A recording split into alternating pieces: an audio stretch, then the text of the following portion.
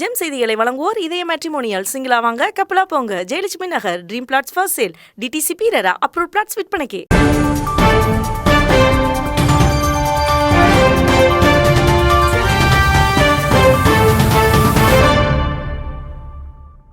வணக்கம்.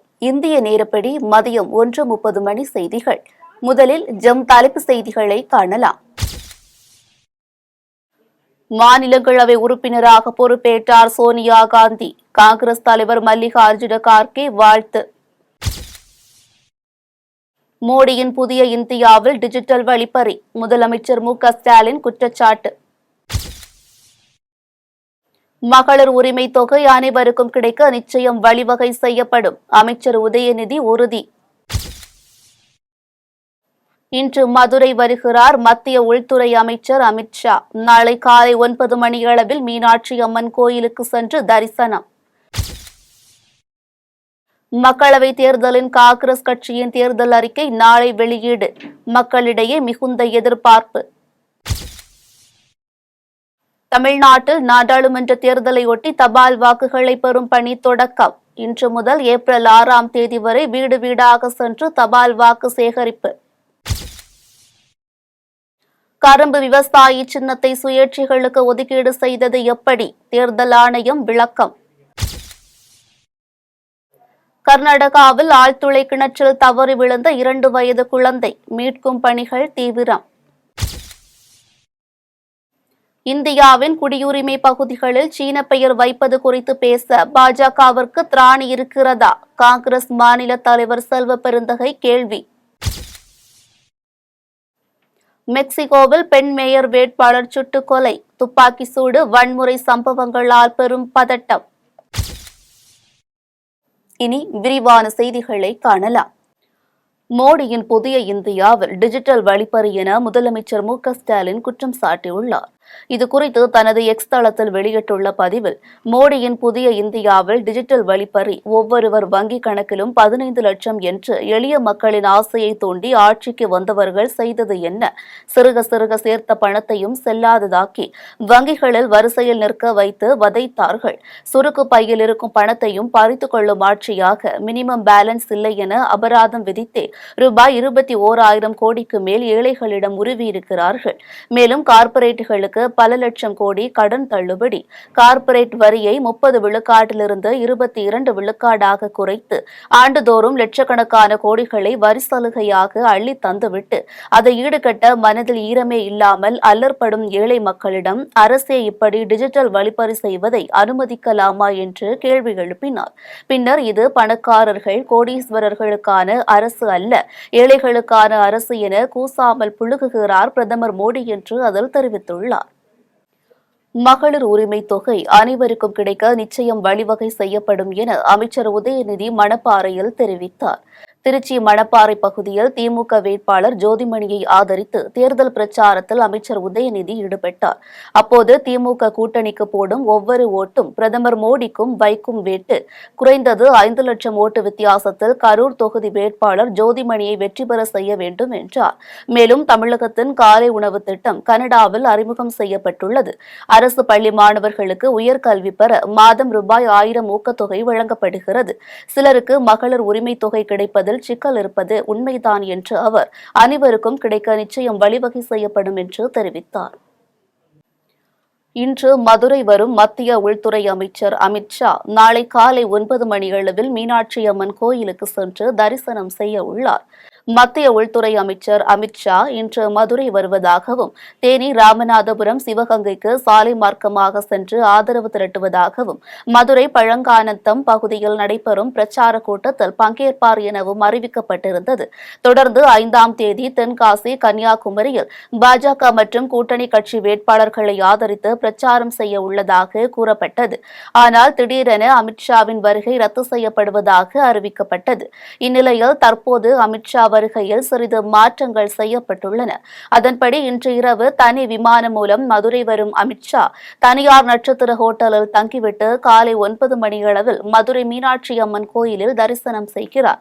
பின்னர் மதுரையிலிருந்து தென்காசி சென்று அங்கு பிரச்சாரம் மேற்கொள்கிறார். இதனால் போலீஸ் பாதுகாப்பு பலப்படுத்தப்பட்டுள்ளது. மக்களவை தேர்தலின் காங்கிரஸ் கட்சியின் தேர்தல் அறிக்கை நாளை வெளியிட உள்ளனர். மக்களவை தேர்தலுக்கான காங்கிரஸ் கட்சியின் தேர்தல் அறிக்கை நாளை காலை 11:30 மணிக்கு வெளியாகிறது என்ற தகவல் வெளியாகியுள்ளது. தேர்தல் அறிக்கையை காங்கிரஸ் தலைவர் மல்லிகார்ஜுன கார்கே, மூத்த தலைவர் ராகுல் காந்தி ஆகியோர் வெளியிட உள்ளனர். அறிக்கையில் விவசாயிகள், பெண்கள், இளைஞர்களுக்கான முக்கிய வாக்குறுதிகள் மற்றும் இலவச திட்டங்கள் இடம்பெறும் என எதிர்பார்க்கப்படுகிறது. காங்கிரஸ் கட்சியின் தேர்தல் அறிக்கை மக்களிடையே மிகுந்த எதிர்பார்ப்பை ஏற்படுத்தியுள்ளது. தமிழ்நாட்டில் நாடாளுமன்ற தேர்தலையொட்டி தபால் வாக்குகளை பெறும் பணி தொடங்கியுள்ளது.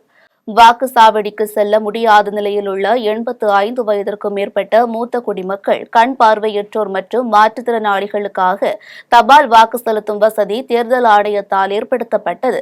இந்த நிலையில் தமிழ்நாட்டில் நாடாளுமன்ற தேர்தலை ஒட்டி தபால் வாக்குகளை பெறும் பணி தற்போது தொடங்கியுள்ளது. மேலும் துப்பாக்கி ஏந்திய போலீசார் பாதுகாப்புடன் வாக்காளர்களின் வீடுகளுக்கே சென்று தபால் வாக்குகளை சேகரிக்கும் பணி தொடங்கியுள்ளது. இன்று முதல் ஏப்ரல் 6ஆம் தேதி வரை 3 நாட்களுக்கு காலை 7 மணி முதல் மாலை 6 மணி வரை வீடு வீடாக சென்று தபால் வாக்கு சேகரிக்கப்பட உள்ளது. கரும்பு விவசாயி சின்னத்தை சுயேட்சைகளுக்கு ஒதுக்கீடு செய்தது எப்படி என்று தேர்தல் ஆணையம் விளக்கமளித்துள்ளது. ராமநாதபுரம் மற்றும் வடசென்னை உள்ளிட்ட பகுதிகளில் சுயேட்சை வேட்பாளர்களுக்கு கரும்பு விவசாயி சின்னம் ஒதுக்கப்பட்டுள்ளது. ஏற்கனவே ஒரு குறிப்பிட்ட கட்சிக்கு ஒதுக்கப்பட்ட சின்னம் சுயேட்சை வேட்பாளர்களுக்கு ஒதுக்கப்பட்டது எப்படி என தேர்தல் ஆணையத்திடம் கேள்வி எழுப்பப்பட்டது. இதற்கு தேர்தல் ஆணையம் அளித்துள்ள விளக்கத்தில், அங்கீகரிக்கப்படாத பதிவு செய்யப்பட்ட மாநில கட்சிகளுக்கு குறிப்பிட்ட கட்சியை தேர்தல் ஆணையம் ஒதுக்கீடு செய்யும். அந்த கட்சியின் வேட்பாளர்கள் போட்டியிடாத தொகுதிகளில் அதே சின்னம் ப்ரீ சிம்பலாக சுயேட்சை வேட்பாளர்களுக்கு ஒதுக்கீடு செய்யப்படும். இந்த நடைமுறையை கடைபிடித்து ராமநாதபுரம், தென்சென்னை தொகுதிகளில் போட்டியிடும் சுயேட்சை வேட்பாளர்களுக்கு கரும்பு விவசாயி சின்னம் ஒதுக்கப்பட்டுள்ளது என்று தேர்தல் ஆணையம் விளக்கம் அளித்துள்ளது. 50 ஆண்டுகளுக்கு முன் நடைபெற்ற கச்சத்தீவு விவகாரத்தை பேசும் பாஜக, இந்தியாவின் குடியுரிமை பகுதிகளில் சீன பெயர் வைப்பது குறித்து பேச திராணி இருக்கிறதா என காங்கிரஸ் மாநில தலைவர் செல்வ பெருந்தகை கேள்வி எழுப்பியுள்ளார். திருப்பூரில் இந்திய கம்யூனிஸ்ட் கட்சி வேட்பாளர் சுப்பராயனை ஆதரித்து நடைபெற்ற பரப்புரை கூட்டத்தில் காங்கிரஸ் கட்சி மாநில தலைவர் செல்வ பெருந்தகை கலந்து கொண்டு சிறப்புரையாற்றினார். பின்னர் செய்தியாளர்களை சந்தித்த அவர் இவ்வாறு தெரிவித்தார். மிரட்டி பார்க்கிறீர்கள், இல்லை என்றால் தாக்குதல் நடத்துகிற தாக்குதல் என்ன தாக்குதல்? ரஷ்யாவுக்கும் உக்ரைனுக்கும் நடக்கிற தாக்குதல் இல்ல, இஸ்ரேலுக்கும் ஹமாஸ் படைக்கு நடக்கிற தாக்குதல் இல்ல, சிபிஐ தாக்குதல், அமலாக்கத்துறை தாக்குதல், ஐடி தாக்குதல். இவங்களை வச்சு ரைடு அனுப்புவார். ரைடு பண்ணி முடிச்ச உடனே மிரண்டு போய் குடும்பத்தை காப்பாற்ற வேண்டும், சொத்துக்களை காப்பாற்ற வேண்டும் பாஜகவில் ஐக்கியமாயிட்டாங்க. இப்ப எல்லா வழக்குகளும் முடித்து வைக்கப்பட்டிருக்கு. நியாயமா? ஒரு ஜனநாயக நாட்டுல அமலாக்கத்துறையையும் சிபிஐயும் இன்கம் டாக்ஸையும் பயன்படுத்துவது, மிரட்டுவது, மிரட்டி பணிய வைப்பது, அரசியல் அதிகாரம் உள்ளவர்களை தன்னுடைய கட்சிக்கு இழுப்பது என்றால் இது என்ன ஜனநாயகம்? இந்த நாட்டுல ஜனநாயகம் இருக்கா இல்லையான்னு மக்கள் கேட்கிறாங்க. இந்த கூட்டத்தில் மாநில தமிழ் வளர்ச்சி மற்றும் செய்தித்துறை அமைச்சர் சாமிநாதன், திருப்பூர் தொகுதியின் நாடாளுமன்ற வேட்பாளர் சுப்பராயன் உள்ளிட்டோர் கலந்து கொண்டனர். கர்நாடகாவில் ஆழ்துளை கிணற்றில் தவறு விழுந்த 2 வயது குழந்தையை மீட்கும் பணிகள் தீவிரமாக நடைபெற்று வருகிறது. கர்நாடக மாநிலம் விஜயபுரா மாவட்டம் இண்டி தாலுகா லட்சியானா கிராமத்தை சேர்ந்தவர் சதீஷ். இவரது மனைவி பூஜா. இந்த தம்பதிக்கு 2 வயதில் சாத்விக் என்ற ஆண் குழந்தை உள்ளது. சதீஷின் தந்தை சங்கரப்பா வீட்டின் அருகில் உள்ள நிலத்தில் விவசாயம் செய்து வருகிறார். தனது விளைநிலத்தில் புதியதாக ஆழ்துளை கிணறு ஒன்றை அமைத்து கிணற்றில் தண்ணீர் வரவில்லை. இதனால் அந்த ஆழ்துளை கிணற்றை மூடாமல் விட்டுள்ளனர். விளைநிலத்தின் அருகே வீடு இருப்பதால் சதீஷின் குழந்தை விளைநில பகுதிக்கு வந்து அங்கு விளையாடுவது வழக்கம். அப்போது அந்த குழந்தை எதிர்பாராத விதமாக ஆழ்துளை கிணற்றுக்குள் தவறி விழுந்தது. நீண்ட நேரமாகியும் குழந்தையை காணவில்லை என பெற்றோர் தேடியுள்ளனர். அப்போதுதான் ஆழ்துளை கிணற்றுக்குள் குழந்தை விழுந்தது தெரிந்தது. இதையடுத்து அவர்கள் கிராமத்தினரை உதவிக்கு அழைத்து போலீசார், சுகாதாரத்துறை அதிகாரிகள், தீயணைப்பு வீரர்கள் உள்ளிட்டோர் வந்து குழந்தையை மீட்கும் பணியில் தீவிரமாக ஈடுபட்டு வருகின்றனர். நேற்று மாலை 6:30 மணியளவில் மீட்பு பணிகள் தொடங்கிய நிலையில் 12 மணி நேரத்திற்கும் மேலாக அங்கு மீட்பு பணிகள் நடைபெற்று வருகிறது. தமிழகத்தில் பல்வேறு இடங்களில் கட்சித் தலைவர்கள், வேட்பாளர்கள் மற்றும் பல்வேறு கட்சி நிர்வாகிகள், தொண்டர்கள் வாக்கு சேகரிப்பில் ஈடுபட்டதை தற்போது காணலாம். கோவை கணபதியில் நடைபெற்ற இந்தியா கூட்டணி தேர்தல் பரப்புரை பொதுக்கூட்டத்தில் கோவை நாடாளுமன்ற திமுக வேட்பாளர் கணபதி ராஜ்குமாருக்கு ஆதரவு தெரிவித்து தமிழக காங்கிரஸ் தலைவர் செல்வ பெருந்தகை பேசுகையில், தமிழ்நாட்டில் மட்டுமல்ல இந்தியா முழுவதும் எழுச்சியோடு வாக்களிக்க மக்கள் தயாராகிவிட்டார்கள் என்றும், கோயம்புத்தூர் சொந்த ஊராக கொண்ட வேட்பாளர் ராஜ்குமார் வரும் நாடாளுமன்றத்தில் சூறாவளி புயலாக மாறப்போகிறார் என்றும் தெரிவித்தார்.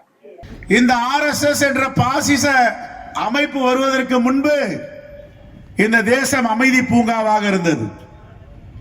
எங்கெல்லாம் RSS சித்தாந்தம் போகிறதோ, அதனுடைய முகமூடியா இருக்கிற பாஜக செல்கிறதோ, அங்கெல்லாம் மத கலவரம் நடக்கும். சென்னை பூந்தமல்லியில் புரட்சி பாரதம் கட்சித் தலைவர் ஜெகன்மூர்த்தி செய்தியாளர்களை சந்தித்தார். அப்போது நாடாளுமன்ற தொகுதியில் தங்களுக்கு இடம் ஒதுக்காத நிலையில் மாநில நிர்வாகிகளுடன் ஆலோசனை செய்ததில் 90% தொண்டர்கள் அதிமுகவுடன் பயணிக்கலாம் என கூறியதாகவும், தற்போது நாடாளுமன்ற தேர்தலில் அதிமுக கூட்டணிக்கு ஆதரவு அளிப்பதாகவும் கூறினார். தொடர்ந்து பேசிய அவர், ஆரம்பத்திலேயே எங்களுக்கு சீட்டு இல்லை என்று கூறியிருந்தால் தனித்து போட்டியிட தயாராகியிருப்போம் எனவும் தெரிவித்தார். நாங்களும் எங்களுடைய தொண்டர்களும் வருத்தத்தில் இருந்தோம். ஆனால் அதிமுகவுடைய முன்னணி தலைவர்கள் எங்களை அழைத்து சமாதானம் செய்து அடுத்த தேர்தலிலே நாம் பார்த்து கொள்ளலாம், நீங்கள் வருத்தப்பட வேண்டாம் என்று எங்களுக்கு சொன்னார்கள். ராணிப்பேட்டை மாவட்டம் அரக்கோணம் நாடாளுமன்ற தொகுதியில் போட்டியிடும் இந்திய கூட்டணியில் பாமக வேட்பாளர் பாலு விசி மோட்டூர் பகுதியில் பிரச்சாரம் மேற்கொண்டார். அங்கு அவருக்கு கட்சி தொண்டர்கள் பட்டாசு வெடித்து உற்சாகத்துடன் வரவேற்பு அளித்தனர். பிரச்சாரத்தில் பேசிய அவர், தமக்கு ஒருமுறை வாக்களித்தால் ஒரு சாராய கடை கூட இல்லாமல் அனைத்துமே மூடுவேன் என தெரிவித்தார். மேலும் 5 ஆண்டுகளாக அரக்கோணத்தில் எம்பியாக இருந்த ஜெகத் ரட்சகன் ஒருமுறை கூட பொதுமக்களை சந்திக்கவில்லை என்று குற்றம் சாட்டினார். இந்தியாவில் 543 நாடாளுமன்ற உறுப்பினர்கள் இருக்கிறார்கள். இந்த 543 பேரில் தலை சிறந்த நாடாளுமன்ற உறுப்பினர் அரக்கோணத்திலிருந்து வெற்றி பெற்ற வழக்கறிஞர் பாலு என்ற பெயரை ஒட்டுமொத்த இந்த அரக்கோணம் தொகுதிக்கும் நான் பெற்றுத் தருவேன் என்று இந்த நேரத்தில் உறுதியளிக்கிறேன். திருநெல்வேலி மக்களவை தொகுதியில் போட்டியிடும் அதிமுக வேட்பாளர் ஜான்சி ராணியை ஆதரித்து அதிமுக பேச்சாளர் நடிகை விந்தியா ஆலங்குளத்தில் பிரச்சாரம் மேற்கொண்டார். அப்போது பேசுகையில், உங்கள் வீட்டிற்கு வரும் திருடனை கூட நம்பலாம், ஆனால் திமுகவை நம்ப முடியாது என்றார். மேலும் திமுக தேர்தலில் வெற்றி பெற்றால் 500 ரூபாய்க்கு சிலிண்டர் இருக்கும், ஆனால் உள்ள கேஸ் இருக்காது என்று பேசிய அவர், கூட்டணி பேச்சுவார்த்தைக்கு அடிக்கடி அண்ணாமலை வீட்டிற்கு OPS சென்றதால் அண்ணாமலை வீட்டு ரேஷன் கார்டில் OPS பெயர் சேர்க்கப்பட்டுள்ளது என விமர்சித்தவாறு வாக்கு சேகரிப்பில் ஈடுபட்டார். திமுக ஆட்சிக்கு வந்து 3 வருஷம் ஆச்சு. 6 லட்சம் கோடி கடன் வாங்கிட்டாங்க. ஆனா மக்களுக்காக ஒரு நல்ல திட்டம் வரல, ஒரு சாதனை செய்யல. எப்ப பார்த்தாலும் அப்பா பிஜேபி பின்னாடி ஓடுறதும், உதயநிதி செங்கலை தூக்கிட்டு ஓடுறதும். புதுச்சேரி நாடாளுமன்ற தேர்தலில் பாஜக வேட்பாளர் நமச்சிவாயத்தை ஆதரித்து காமராஜர் நகர் தொகுதியில் சாமிப்பிள்ளை தோட்டம், கிருஷ்ணா நகர், ரெயின்போ நகர், வள்ளலார் சாலை உள்ளிட்ட பகுதியில் முதலமைச்சர் ரங்கசாமி வாகன பரப்புரை மேற்கொண்டார். அப்போது பேசிய அவர், இதுபோன்ற சூழலில் தேசிய ஜனநாயக கூட்டணி வேட்பாளர் நமச்சிவாயம் வெற்றி பெற்றால்தான் புதுச்சேரியில் அனைத்து உதவிகளையும் நம்மால் பெற முடியும் என்றார். திருவள்ளூர் மாவட்டம் திருத்தணி அடுத்த திருவாலங்காடு, சின்னம்மாப்பேட்டை ஊராட்சிகளில் திருவள்ளூர் நாடாளுமன்ற காங்கிரஸ் வேட்பாளர் சசிகாந்த் செந்திலை ஆதரித்து திமுக பேச்சாளர் நடிகர் வாசு விக்ரமன் பிரச்சாரத்தில் ஈடுபட்டார். அப்போது முதலமைச்சர் ஸ்டாலினால் தான் இந்தியா கூட்டணி உருவாகியுள்ளது எனவும், ஸ்டாலின் யாரை கை காட்டுகிறாரோ அவர்தான் அடுத்த பிரதமர் என்று முடிவாகிவிட்டதாகவும் தெரிவித்தார். இதில் மாவட்ட செயலாளர் திருத்தணி சந்திரன், ஒன்றிய செயலாளர் மகாலிங்கம் மற்றும் கூட்டணி கட்சி நிர்வாகிகள் பலர் திறந்த வேனில் வாக்கு சேகரிப்பில் ஈடுபட்டனர். சேலம் மாவட்டம் ஆத்தூர் சட்டமன்ற தொகுதிக்குட்பட்ட செல்லியம்பாளையம், ராமநாயக்கன்பாளையம் உள்ளிட்ட பகுதிகளில் நாம் தமிழர் கட்சி வேட்பாளர் ஜெகதீசன் தீவிர வாக்கு சேகரிப்பில் ஈடுபட்டார். அப்போது மத்தியில் ஆண்ட மோடி அரசும் காங்கிரஸ் அரசும் நாட்டு மக்களை சீரழித்து விட்டதாகவும், தற்போது விவசாயிகள் வாழ்வாதாரத்தை இழந்து தவிக்கும் நிலைக்கு தள்ளப்பட்டுள்ளதாகவும் தெரிவித்தார். இது தொடர்ந்து இந்தியா சுதந்திரமடைந்து ஆண்டு கொண்டிருக்கிற காங்கிரஸாக இருந்தாலும் சரி, பாரதிய ஜனதாவாக இருந்தாலும் சரி, மக்களுக்கு எதிரான திட்டங்களை மட்டுமே இவர்கள் செயல்படுத்திக் கொண்டு இருக்கிறார்கள். 10 ஆண்டுகளாக தொடர்ந்து ஆண்ட மன்மோகன் சிங் அவர்கள் இந்த இந்திய நாடே விவசாய நாடு என்கிற போது விவசாயிகள் விவசாயத்தை விட்டுவிட்டு வேறு தொழிலுக்கு வர வேண்டும் என்கிறார் அவர். மோடியோ விவசாயிகளுக்கு எதிரான 3 சட்டங்களை கொண்டு வந்து விவசாயத்தை அழிக்க பார்க்கிறார். அடிப்படையான விஷயம். அதே மாதிரி தமிழ்நாட்டில் வாழ்கிற திராவிட கட்சிகள் தொடர்ந்து 67க்கு பிறகு மாறி மாறி ஆண்டு வந்தாலும் ஒட்டுமொத்தமாக தமிழர்களுடைய நலனை இப்ப கண்டறிவதாக இருக்கட்டும், காவிரி உரிமை மீட்பு பிரச்சனையாக இருக்கட்டும், நீட் தேர்வாக இருக்கட்டும், அனைத்தையும் மத்திய அரசுக்கு தாரை வார்த்துவிட்டு சுயாட்சி பேசுகிற, தன்னாட்சி பேசுகிற இவர்கள் எதை ஒன்றையும் இந்த மண்ணுக்கு செய்யாமல் தொடர்ந்து இந்த மக்களை வஞ்சித்துக் கொண்டு வருகிறார்கள். இந்தியா கூட்டணியில் அங்கம் வகித்துள்ள மார்க்சிஸ்ட் கம்யூனிஸ்ட் கட்சி சார்பில் திண்டுக்கல் நாடாளுமன்ற தொகுதியில் போட்டியிடும் வேட்பாளர் சச்சிதானந்தத்தை ஆதரித்து ஒட்டன்சத்திரம் சுற்றுப்புற பகுதிகளான தங்கச்சியம்மாப்பட்டி, காவேரியம்மாப்பட்டி, பெரியகோட்டை ஆகிய பகுதிகளில் உணவுத்துறை அமைச்சர் சக்கரபாணி பிரச்சாரத்தை துவங்கி வாக்கு சேகரிப்பில் ஈடுபட்டார். பிரச்சாரத்தில் சிபிஎம் வேட்பாளர் சச்சிதானந்தம் சிறப்புரையாற்றினார்.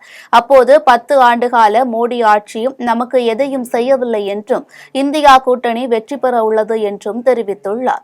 மேலும் இந்தியாவை யார் ஆள வேண்டும், ஏழைகளின் கோரிக்கைகளை நிறைவேற்றக்கூடிய இந்தியா கூட்டணி ஆள வேண்டுமா, கார்ப்பரேட் கம்பெனிகளை மட்டுமே வாழ வைத்துக் கொண்டிருக்கும் மோடி அரசு ஆள வேண்டுமா என மக்கள் சிந்தித்து பார்த்து இந்தியா கூட்டணி வேட்பாளர்களை வெற்றி பெற செய்ய வேண்டும் என சிபிஎம் வேட்பாளர் சச்சிதானந்தம் தெரிவித்தார்.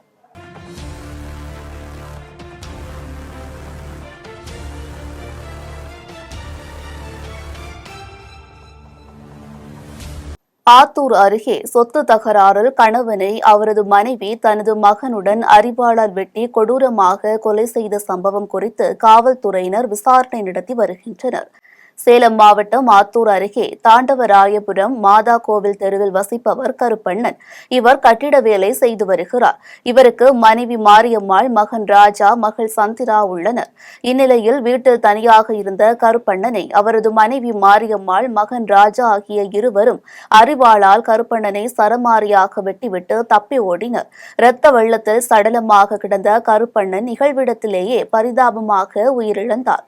இதுகுறித்து தகவல் அறிந்து வந்த ஆத்தூர் நகர போலீசார் உடலை கைப்பற்றி உடற்கூறு ஆய்வுக்காக ஆத்தூர் அரசு மருத்துவமனைக்கு அனுப்பி வைத்தனர். பின்னர் இதுகுறித்து வழக்கு பதிவு செய்து தப்பி ஓடிய மனைவி மாரியம்மாள், மகன் ராஜாவையும் போலீசார் வலைவீசி தேடி வருகின்றனர். சொத்து தகராறில் பட்டப்பகலில் மனைவி, மகன் ஆகிய இருவரும் வெட்டி படுகொலை செய்த சம்பவம் ஆத்தூர் பகுதியில் பெரும் பரபரப்பை ஏற்படுத்தியது. திமிரி அருகே அம்மன் கோவிலில் இருந்த குத்துவிளக்கு தீப வெளிச்சத்தில் 10 பவுன் தங்க நகையை கொள்ளையடித்து சென்ற மர்ம நபர்களை காவல்துறையினர் தேடி வருகின்றனர். ராணிப்பேட்டை மாவட்டம் திமிரி அடுத்த வளையாத்தூர் கிராமத்தில் நல்லாத்தூர் வாளியம்மன் கோவில் அமைந்துள்ளது. இந்த கோவிலுக்கு அப்பகுதியை சேர்ந்த கிராம பொதுமக்கள் தினந்தோறும் கோவிலுக்கு வருகை தந்து அம்மனை வழிபட்டு செல்வது வழக்கம். இந்நிலையில் பக்தர்கள் வழிபாடு முடித்த பிறகு கோவில் பூசாரி கோவிலை பூட்டிவிட்டு வீட்டிற்கு சென்றார். பின்னர் வழக்கம் போல் கோவிலை திறந்து பார்த்தபோது கருவறையில் பூட்டு உடைக்கப்பட்டிருப்பதைக் கண்டு அதிர்ச்சி அடைந்தார். இதுகுறித்து கோவில் நிர்வாகத்தினர் மற்றும் திமிரி காவல் நிலையத்தில் புகார் அளித்தனர். புகாரின் பேரில் சம்பவ இடத்திற்கு சென்ற காவல்துறையினர் விசாரணை நடத்தினர். விசாரணையில் மர்ம நபர்கள் சிசிடிவி கேமரா மற்றும் மின்சாரத்தை துண்டித்து குத்துவிளக்கு தீப வெளிச்சத்தில் பீரோவை உடைத்து 10 பவுன் நகை மற்றும் 7000 பணத்தை கொள்ளையடித்து சென்றது தெரியவந்தது. மேலும் இதுகுறித்து போலீசார் வழக்கு பதிவு செய்து விசாரணை மேற்கொண்டு வருகின்றனர். கோவையில் பிளாஸ்டிக் மற்றும் பஞ்சு குடோன்களில் தீ விபத்து ஏற்பட்ட சம்பவம் பெரும் பரபரப்பை ஏற்படுத்தியுள்ளது. கோவை குனியமுத்தூரை அடுத்த இடையார்பாளையத்தில் கண்ணப்பன் என்பவர் தோட்டத்தில் 5க்கும் மேற்பட்ட குடோன்கள் சுரேஷ் என்பவருக்கு வாடகைக்கு விட்டுள்ளார். இந்த குடோன்களில் பிளாஸ்டிக் பொருட்கள், தலையணை செய்யக்கூடிய பஞ்சுகள் இருந்த நிலையில் மின்கசிவு காரணமாக குடோனில் திடீரென தீ விபத்து ஏற்பட்டுள்ளது. தீயானது மலமளவென அடுத்தடுத்த குடோனுக்கு பரவியதால் தீயணைப்பில் கடும் சிரமம் ஏற்பட்டுள்ளது. பின்னர் சம்பவ இடத்திற்கு வந்த தீயணைப்பு துறையினர் தீயை அணைக்கும் பணியை மேற்கொண்டனர். இந்த தீ விபத்தில் லட்சக்கணக்கான பொருட்கள் தீயில் எரிந்து நாசமாகி உள்ளது குறிப்பிடத்தக்கது. நாகர்கோவில் வடசேரியில் மன்னர் காலத்தில் அமைக்கப்பட்டுள்ள கனகமூலம் சந்தையை அகற்றுவதற்கு எதிர்ப்பு தெரிவித்த வியாபாரிகள் நாடாளுமன்ற தேர்தலை புறக்கணிப்பது என முடிவு செய்துள்ளனர். கன்னியாகுமரி மாவட்டம் நாகர்கோவில் வடசேரியில் திருவிதாங்கூர் மன்னர் காலத்தில் கனகமூலம் சந்தை கொண்டுவரப்பட்டது. இதன் மூலம் தமிழகம், கேரளா மாநிலங்களிடையே நல்லுறவை மேம்படுத்தும் வகையில் இந்த சந்தை அன்றைய காலத்தில் அமைக்கப்பட்டது. 150 ஆண்டுகளுக்கு மேல் பாரம்பரியமிக்க கனகமூலம் சந்தையை தற்போது நாகர்கோவில் மாநகராட்சியின் திமுக நிர்வாகம் இடித்து தரைமட்டமாக்கிவிட்டு புதிய வணிக வளாகம் மற்றும் பேருந்து நிலையம் கட்டுவதற்கு ஏற்கனவே தீர்மானம் நிறைவேற்றப்பட்டு தேர்தலுக்கு முன்பாகவே நடவடிக்கைகள் மேற்கொள்ளப்பட்டு வருகிறது. இதற்கு எதிர்ப்பு தெரிவித்த வியாபாரிகள் மதுரை உயர்நீதிமன்றத்தில் வழக்கு தொடுக்கப்பட்டுள்ள நிலையில் தேர்தல் பிரச்சார பொதுக்கூட்டங்களில் நாகர்கோவில் மாநகராட்சி மேயர் மகேஷ் என்பவர் தேர்தல் முடிந்ததும் சந்தை இடிக்கப்பட்டு திட்டமிட்டபடி வணிக வளாகம், பேருந்து நிலையம் அமைக்கப்படும் என பேசி வருகிறார். இதற்கு மீண்டும் எதிர்ப்பு தெரிவித்த வியாபாரிகள் நாகர்கோவிலில் கனகமூலம் சந்தையில் வியாபாரிகளின் அவசர கூட்டம் நடத்தினர். அப்போது நாடாளுமன்ற தேர்தலை புறக்கணிக்க வேண்டும் என தீர்மானம் நிறைவேற்றினர். நிலக்கோட்டை அருகே ஊராட்சி மன்ற அலுவலகத்திற்கு பூட்டு போட்ட வார்டு உறுப்பினரின் கணவரை காவல்துறையினர் கைது செய்தனர். திண்டுக்கல் மாவட்டம் நிலக்கோட்டை ஊராட்சி ஒன்றியத்திற்குட்பட்ட எத்திலோடு கிராமத்தில் ஊராட்சி மன்ற அலுவலகம் உள்ளது. இந்நிலையில் 6வது வார்டு உறுப்பினராக உள்ள கருத்தான்பட்டியை சேர்ந்த ஷகிலா என்பவரின் கணவர் ராஜ்குமார் என்பவர் ஊராட்சி மன்ற அலுவலகத்திற்கு சென்று அங்கு பணியாற்றிக் கொண்டிருந்த ஊராட்சி செயலாளர் பொன்னுசாமி என்பவரை வெளியே வரும்படி கூறிவிட்டு கையில் வைத்திருந்த பூட்டை காட்டி அலுவலகத்திற்கு பூட்டு போட போகிறேன் என தெரிவித்துள்ளார். அப்போது எந்த பிரச்சனையாக இருந்தாலும் பேசி தீர்த்து கொள்ளலாம் என்று பொன்னுசாமி கூறியுள்ளார். இதனை ஏற்காத ராஜ்குமார் ஊராட்சி செயலாளர் பொன்னுசாமியை வெளியே அனுப்பிவிட்டு ஊராட்சி மன்ற அலுவலகத்தை பூட்டு போட்டு பூட்டினார்.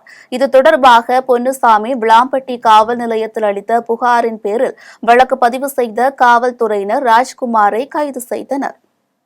சேலம் அருகே குடிநீரில் கழிவுநீர் கலந்ததால் 200க்கும் மேற்பட்டோருக்கு வாந்தி, மயக்கம் ஏற்பட்டு சிகிச்சைக்காக அனுமதிக்கப்பட்டுள்ளனர். சேலம் மாவட்டம் உடையாப்பட்டி பகுதியில் கடந்த 2 நாட்களுக்கு முன் மேட்டூர் குடிநீர் குழாய் உடைப்பு ஏற்பட்டதாக கூறப்படுகிறது. குடிநீர் குழாய் உடைந்து அதில் சாக்கடை கழிவுநீர் கலந்துள்ளது.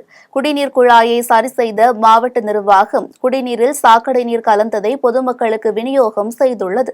இதனால் அந்த குடிநீரை குடித்து அப்பகுதி பொதுமக்கள் 200க்கும் மேற்பட்டோருக்கு வாந்தி, மயக்கம் ஏற்பட்டுள்ளது. இதனையடுத்து அவதியடைந்த பொதுமக்கள் வாழப்பாடி மற்றும் தனியார் மருத்துவமனையில் சிகிச்சை பெற்று வருகின்றனர். இதுகுறித்து மருத்துவமனையில் உள்ள மருத்துவர் கூறும்போது, பொதுமக்கள் கோடை காலமாக இருந்தாலும் குடிநீரை கொதிக்க வைத்து குடிப்பதே நல்லது என்று கூறினார். இது அயோத்தியாப்பட்டினம் ஏரியாவில் பைப் உடஞ்சி தண்ணியால் பிரச்சனை, வாந்தி, வயிற்றல, பேதியெல்லாம் போகுதுன்னு சொல்லியிருக்காங்க. சார் எங்கள் பையனுக்கெல்லாம் டெஸ்ட் பண்ணிவிட்டு தண்ணி பிரச்சனைன்னு தான் சொல்லியிருக்காங்க. சுடு தண்ணி காய வச்சு குடிங்க, சரியாக இருந்துருக்காங்க. ட்ரீட்மெண்ட் நல்லா பார்க்குறாங்க, நல்லாவும் இருக்காங்க. எங்கள் ஏரியாவில் பக்கத்தில் எல்லாத்துக்குமே ஒரு 250 பேர்த்துக்கு அந்த மாதிரி இருக்குது. வந்து பார்த்துட்டு ட்ரீட்மெண்ட் பண்ணிட்டு போயிட்டுருக்காங்க. கச்சத்தீவு விவகாரத்தில் திமுகவும் காங்கிரசும் தான் 50 ஆண்டுகளுக்கு முன்பாகவே துரோகம் செய்துள்ளது என்று நெல்லையில் பாஜக மாநில துணைத் தலைவர் நயினார் நாகேந்திரன் தெரிவித்துள்ளார். நெல்லை மாவட்டம் பணக்குடி அருகே தண்டையார் குளத்தில் நெல்லை நாடாளுமன்ற தொகுதி பாஜக வேட்பாளர் நயினார் நாகேந்திரன் செய்தியாளர்களை சந்தித்தார். அப்போது இதனை தெரிவித்தார். திரு ஸ்டாலின் அவர்கள் கச்சத்தீவு விவகாரத்தில் கச்சத்தீவு பிரச்சனையை கிளப்பிவிட்டு பாஜக தவித்துக் கொண்டிருக்கிறதுன்னு சொல்லியிருக்கிறார். கச்சத்தீவு பிரச்சனையை கிளப்பியது யார் என்றால் அது திராவிட முன்னேற்ற கழகமும் காங்கிரசும்.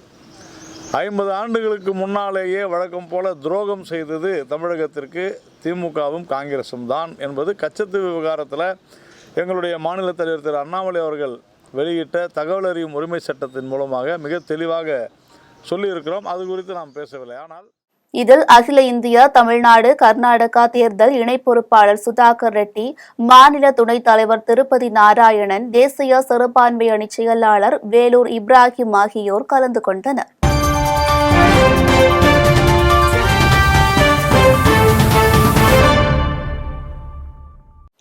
இனி வருவது உலக செய்திகள். மெக்சிகோவில் பெண் மேயர் வேட்பாளர் சுட்டுக் கொல்லப்பட்ட சம்பவம் பரபரப்பை ஏற்படுத்தியுள்ளது.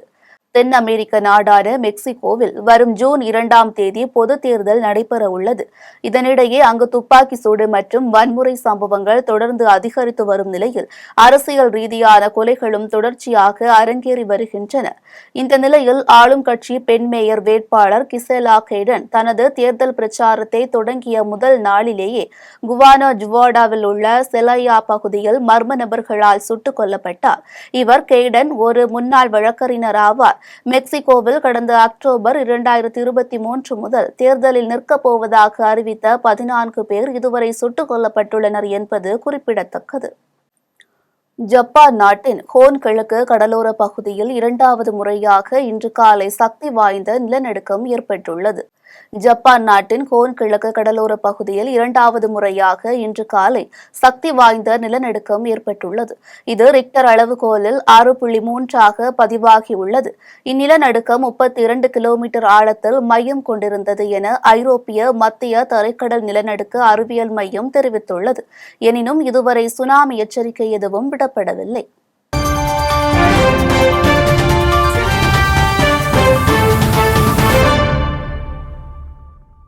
இனி வருவது விளையாட்டு செய்திகள். IPL தொடரில் இன்று நடைபெறவுள்ள ஆட்டத்தில் குஜராத் பஞ்சாப் அணிகள் மோதுகிறது. 10 அணிகள் பங்கேற்றுள்ள 17வது IPL கிரிக்கெட் தொடர் இந்தியாவின் பல்வேறு நகரங்களில் நடந்து வருகிறது. இந்நிலையில் சுப்மன் கில் தலைமையிலான குஜராத் அணியும் தவான் தலைமையிலான பஞ்சாப் அணியும் அகமதாபாத்தில் உள்ள நரேந்திர மோடி மைதானத்தில் இன்று மோதுகின்றன. இத்தொடரில் குஜராத் அணி 2 ஆட்டங்களில் வென்று புள்ளி பட்டியலில் 5வது இடத்தில் இருக்கிறது. இந்நிலையில் குஜராத் அணி இன்று தனது 3வது வெற்றியை பதிவு செய்யுமா என ரசிகர்கள் எதிர்பார்ப்பில் உள்ளனர். பவானி அருகே நடைபெற்ற மாநில அளவிலான மல்யுத்த போட்டியில் தமிழகத்தின் பல்வேறு பகுதிகளிலிருந்து வந்திருந்த வீரர் மற்றும் வீராங்கனைகள் தங்களது திறமைகளை வெளிப்படுத்தினர். ஈரோடு மாவட்டம் பவானி அருகே செம்பாளையம் பகுதியில் தமிழ்நாடு அமைச்சூர் மல்யுத்த சங்கம் சார்பில் தமிழ்நாடு மாநில அளவிலான அண்டர் 17, அண்டர் 20 மற்றும் சீனியர் பீச் மல்யுத்தம் சாம்பியன்ஷிப் போட்டி நடைபெற்றது. போட்டியில் தமிழகத்தின் பல்வேறு மாவட்டங்களிலிருந்து வந்த மல்யுத்த வீரர் மற்றும் வீராங்கனைகள் கலந்து கொண்டு தங்களின் திறமைகளை வெளிப்படுத்தினர். இப்போட்டியில் பெண்களுக்கான 50 கிலோ சீனியர் இடைப்பிரிவில் ஈரோடு மாவட்டத்தை சேர்ந்த சங்கவி என்ற வீராங்கனை தங்கப்பதக்கம் வென்றார். அதேபோல் ஆண்களுக்கான சீனியர் இடைப்பிரிவில் சேலம் மாவட்டத்தை சேர்ந்த அசோக் பண்டாரி 70 கிலோ இடைப்பிரிவில் தங்கப்பதக்கம் வென்றார். மேலும் ஒட்டுமொத்த சாம்பியன் பட்டத்தை சேலம் மாவட்டம் 230 புள்ளிகளை பெற்று முதலிடத்தையும் ஈரோடு மாவட்டம் 185 புள்ளிகளை பெற்று 2ஆம் இடத்தையும் பிடித்துள்ளது.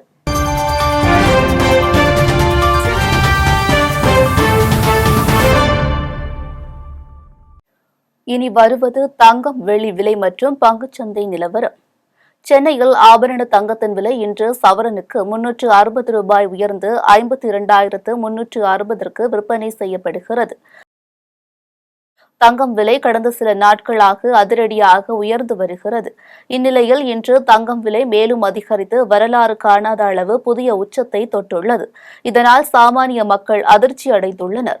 அதன்படி சென்னையில் ஆபரண தங்கத்தின் விலை இன்று சவரனுக்கு 360 ரூபாய் உயர்ந்து 52,360 ரூபாய்க்கு விற்பனை செய்யப்படுகிறது. ஆபரண தங்கத்தின் விலை கிராமுக்கு 45 ரூபாய் உயர்ந்து 6,545 ரூபாய்க்கு விற்பனை செய்யப்படுகிறது. மேலும் வெள்ளி விலை கிராமுக்கு 1 ரூபாய் 30 காசுகள் உயர்ந்து 85 ரூபாய் 30 காசுகளுக்கு விற்பனை செய்யப்படுகிறது. 1 கிலோ வெள்ளி 85,300 ரூபாய்க்கு விற்பனை செய்யப்படுகிறது. மும்பை பங்குச்சந்தை இன்று சரிவுடன் காணப்படுகிறது. மும்பை பங்குச்சந்தை குறியீட்டு எண் சென்செக்ஸ் 113 புள்ளிகள் குறைந்து 73,763 புள்ளிகளில் வணிகமாகிறது.